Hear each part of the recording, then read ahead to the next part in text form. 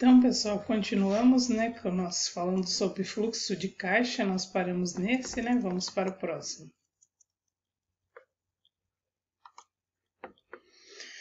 As projeções financeiras. O fluxo de caixa realizado mês a mês se torna também um aliado imprescindível no planejamento de uma empresa.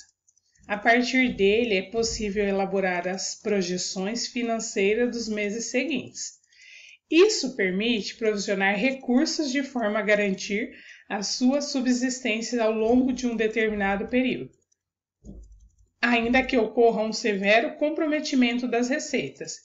É, portanto, elemento básico para as companhias que desejam crescer ou investir.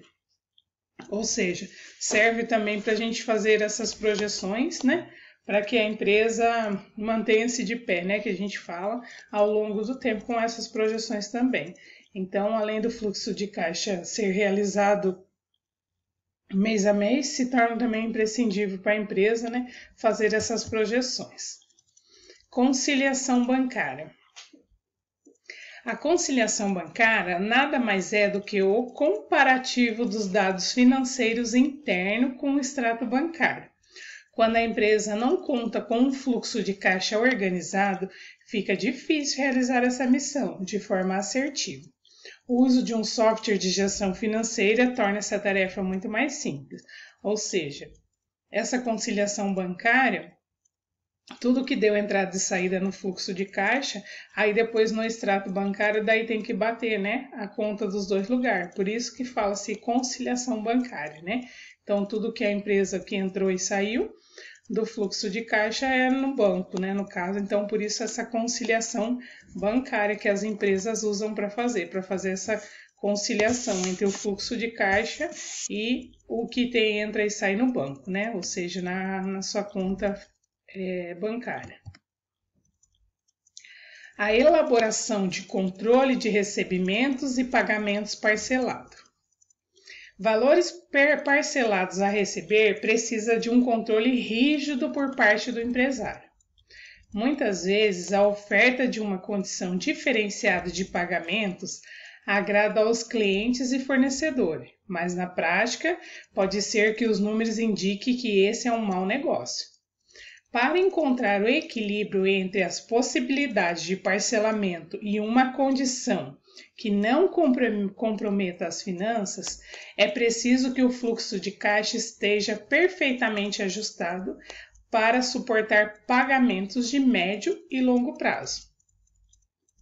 Ou seja, porque no caso não tem como você contar, por exemplo, você vende para 10 clientes hoje, contando que o mês que vem você vai receber, mas vai que esses clientes teve algum problema e você não consegue, né?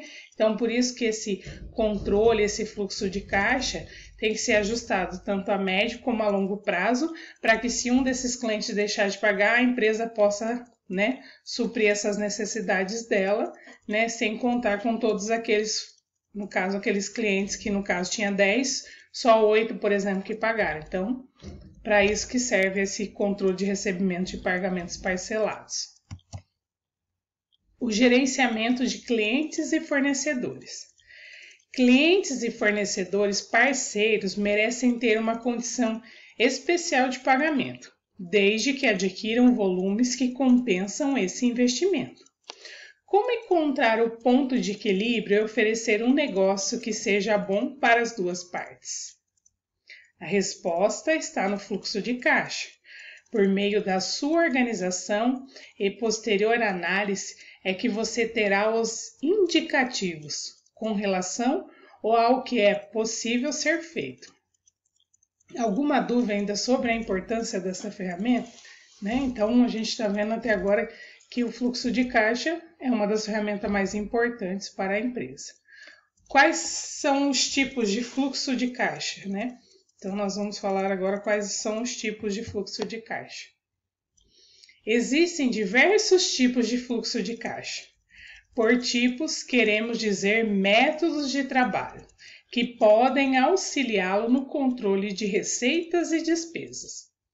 Todos os métodos têm os seus pontos positivos e negativos, e a escolha de cada um deles depende dos objetivos da empresa. e também das suas necessidades administrativas. Por essa razão, conhecer algum dos tipos de fluxo de caixa é fundamental para a sua tomada de decisão.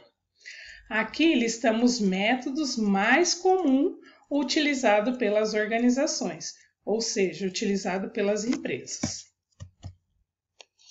Então, os tipos, ou métodos, de tipos de fluxo de caixa.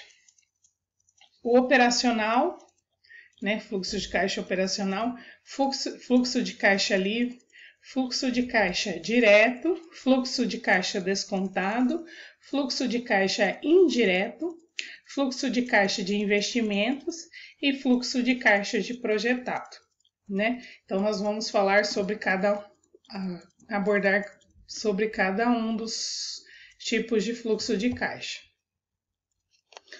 Primeiro que nós falamos lá, fluxo de caixa operacional. Por fluxo de caixa operacional, compreendemos o fluxo que é gerado pelas receitas e despesas de uma empresa durante um determinado período. Essas movimentações servem para indicar quais foram os resultados obtidos e qual foi a variação de capital de giro, ou seja, o volume disponível em caixa para a operacionalização do negócio. Em outras palavras, trata-se de um método simplificado de compreensão do fluxo de caixa, mas pouco indicado para quem busca um nível maior de detalhamento. Então, esse é o fluxo de caixa operacional. Fluxo de caixa livre. O fluxo de caixa livre é a opção mais indicada para quem precisa mensurar a capacidade que um negócio tem de gerar capital em curto, médio e longo prazo. Isso é possível graças à indicação do saldo da comparação com o fluxo de caixa operacional. Dessa forma, esse é um modelo de relatório um pouco mais complexo e que requer informações mais detalhadas para a sua confecção. Para fazer um fluxo de caixa livre, os responsáveis pela contabilidade precisarão de pelo menos 2 relatórios. Um fluxo de caixa que seja capaz de projetar os resultados da empresa em um período entre 60 e 90 dias. E um fluxo de caixa com uma estimativa de receitas e despesas para um prazo de 2 a 5 anos. Lembre-se, curto, médio e longo prazo. Então, esse fluxo de caixa livre tem essa projeção para fazer, que é no caso curto prazo, médio e o longo prazo.